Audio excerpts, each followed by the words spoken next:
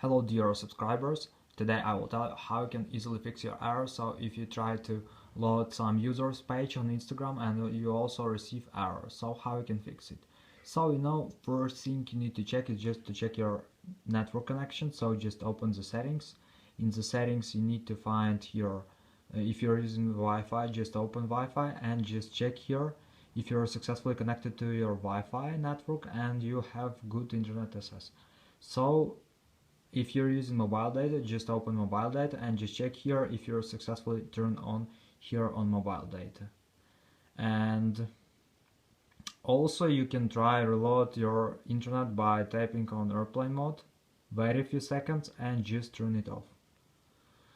So these things you can also try, and if it doesn't help you, you can also try to reload your app. So just remove it and just download again from App Store. And also you can try to restore your phone. So just go to the settings. In the settings you need to find general, and in the general you need to find reset and just tap on just tap on shutdown, just slide to power off and just wait a few seconds and just power on your phone again. So these things you can also try. I hope that one of these methods will help you. Thanks for watching, have a nice day, subscribe to my channel, click like, and goodbye.